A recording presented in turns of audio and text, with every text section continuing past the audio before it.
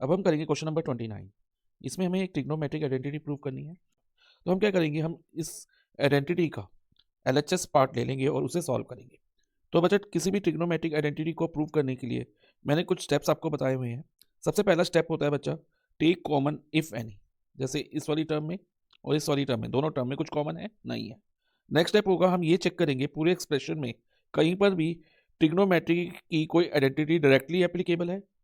Yes है। कहाँ पर देखो बच्चा, 1+tan² और 1+cot² में 1+tan² की जगह हम sec² ले सकते हैं और 1+cot² की जगह हम cosec² ले सकते हैं। तो हम यही करने वाले हैं यहाँ पर।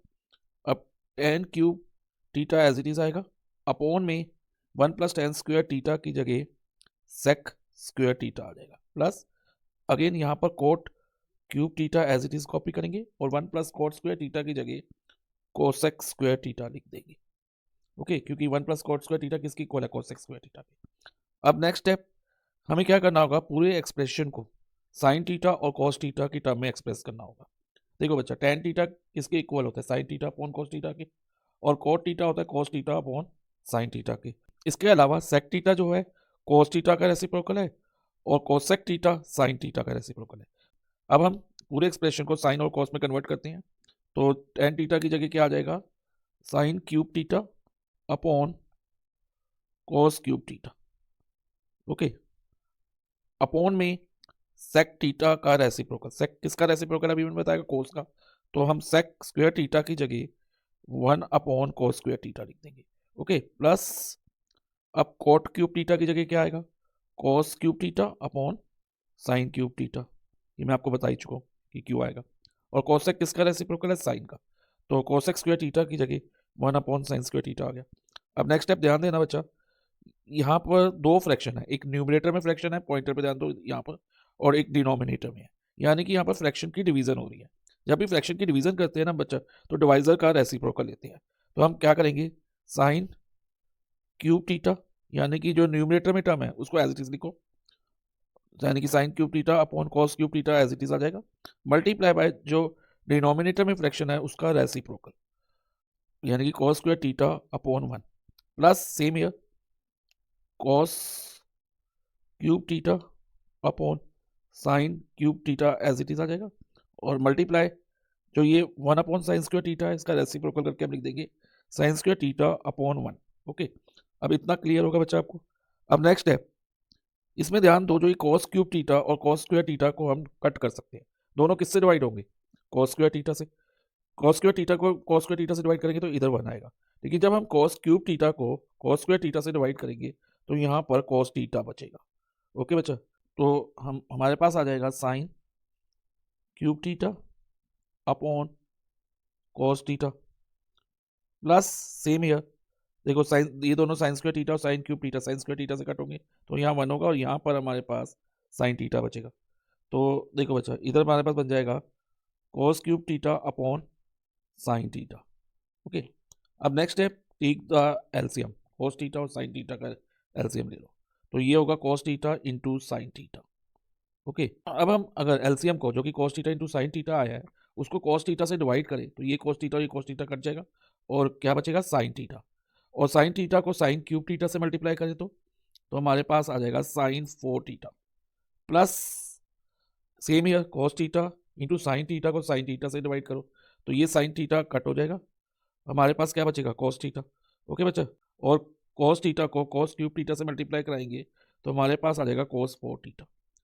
अब इसमें ना बच्चा कोई ट्रिग्नोमेट्रिक आइडेंटिटी लग सकती है कि sin4 इंटू cos4 की कोई आइडेंटिटी नहीं है, ना ही कोई एल्जेब्रिक आइडेंटिटी लग सकती है। लेकिन इसको हम थोड़ा कन्वर्ट करें, कुछ इस तरह से लिखे, sin² का होल स्क्वायर लिख सकते हैं, ऐसा लिख सकते हैं, क्योंकि यहाँ पर 2 का क्या होता है, 4 होता है, तो ये sin4 बन जाएगा। और cos² का होल स्क्वायर भी लिख सकते हैं cos4 की जगह, और नीचे अभी एज इट इज कॉपी करना है हमने cos इंटू sin को। ओके, अब देखो बच्चा, ये किस फॉर्म में आ गया, ये a² प्लस b² के फॉर्म में आ गया। तो a² प्लस b² की कोई डायरेक्ट आइडेंटिटी तो नहीं होती, एल्जेब्रिक आइडेंटिटी, लेकिन हम उसकी आइडेंटिटी बना सकते हैं। कैसे बना सकते हैं, अगर हम a plus b whole square की आइडेंटिटी यूज करें। a plus b whole square क्या होता है, a² plus b² plus 2ab।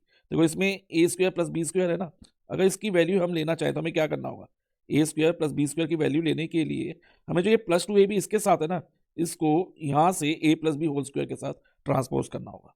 तो ये बन जाएगा a plus b whole square minus 2ab, यानी कि a square plus b square किसके इक्वल होगा बच्चा?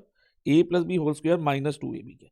तो अब अगर हम a square plus b square को यहाँ पर sine square theta whole square plus cos square theta whole square से कंपेयर करें तो हमें क्या मिलेगा? a की जगह हमें मिलेगा साइन स्क्वायर थीटा और b की जगह कॉस स्क्वायर थीटा। ओके बच्चा, तो अब वैल्यू पुट कर दो। अब ये है a square plus b square की फॉर्म, तो इसको हम इस फॉर्म में लाएंगे a plus b whole square minus 2ab की फॉर्म में। तो इसको हम लिखेंगे a प्लस बी, यानी कि a क्या? साइन स्क्वायर थीटा, ओके, और b क्या? कॉस स्क्वायर थीटा का होल स्क्वायर, और माइनस 2ab है तो 2 इंटू ए की जगह क्या आएगा? साइन स्क्वायर थीटा, और इंटू बी क्या है? Cos square theta. ओके बच्चा, अपॉन में हमारे पास cos theta into sine theta as it is आ जाएगा। अब ध्यान दो बच्चा, sine square theta plus cos square theta किसके इक्वल होता है? 1 के। तो यहाँ पर हम sine square theta plus cos square theta की जगह 1 लिख देंगे।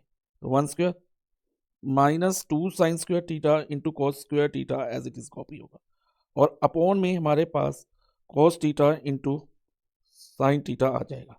ओके, अब नेक्स्ट ध्यान दो बच्चा, 1 स्क्वायर को तो हम 1 लिख सकते हैं, minus 2 sine square theta into cos square theta upon में cos theta into sine theta. अब इसको हम बच्चा अलग अलग करके लिखेंगे। अलग अलग करके कैसे लिखते हैं? सेपरेट करके 1 upon cos theta into sine theta ऐसे लिखा जाएगा, और minus 2 sine square theta into cos square theta upon में क्या आएगा? Cos theta into sine theta. Okay बच्चा, इतना क्लियर है? अब ऐसा क्यों किया? क्योंकि अगर हम एलसीएम लें तो cos theta into sine theta ही बनेगा वापस, और कॉमन डिनोमिनेटर लिखेंगे तो ऐसे लिखिए, और ऊपर एज इट इज माइनस हो जाएगा। तो 1 minus 2 sine square theta into cos square theta. तो हम इस तरह से करके भी इसको लिख सकते हैं। अब ध्यान दो बच्चा, अब जो यहाँ पर है 1 upon cos theta into sine theta को हम ऐसे लिख सकते हैं, 1 upon cos theta into 1 upon sine theta. Yes, लिख सकते हैं। क्यों बच्चा? क्योंकि अगर हम वापस मल्टीप्लाई कराएं, 1 मल्टीप्लाई 1 होगा, और cos theta multiply sine theta, cos theta into sine theta हो जाएगा, माइनस अभी 2 ऐसे लिखो। अब कॉस स्क्वायर थीटा को अगर हम कॉस थीटा से डिवाइड करते हैं तो हमारे पास न्यूमरेटर में कॉस थीटा बचता है, और इसी तरह से साइन स्क्वायर थीटा को साइन थीटा से कट करेंगे तो साइन थीटा बचेगा। तो यहाँ पर हो जाएगा 2 sine theta into cos theta, क्योंकि ये भी कट हो गया। अब नेक्स्ट देखो बच्चा, 1 upon cos theta sec theta हो सकता है, मैंने बताया था कि सेक थीटा और कॉस थीटा एक दूसरे के रेसिप्रोकल है, तो यहाँ पर आ जाएगा सेक थीटा, और 1 अपॉन साइन थीटा की जगह हम कॉसेक थीटा लिख सकते हैं, क्योंकि साइन और कॉस एक दूसरे के रेसिप्रोकल है, minus 2 sine theta into cos theta as it is copy हो जाएगा। तो यही हमने प्रूव करना था, तो RHS हमारा आ गया, तो हम लिख देंगे is equal to RHS, hence proved.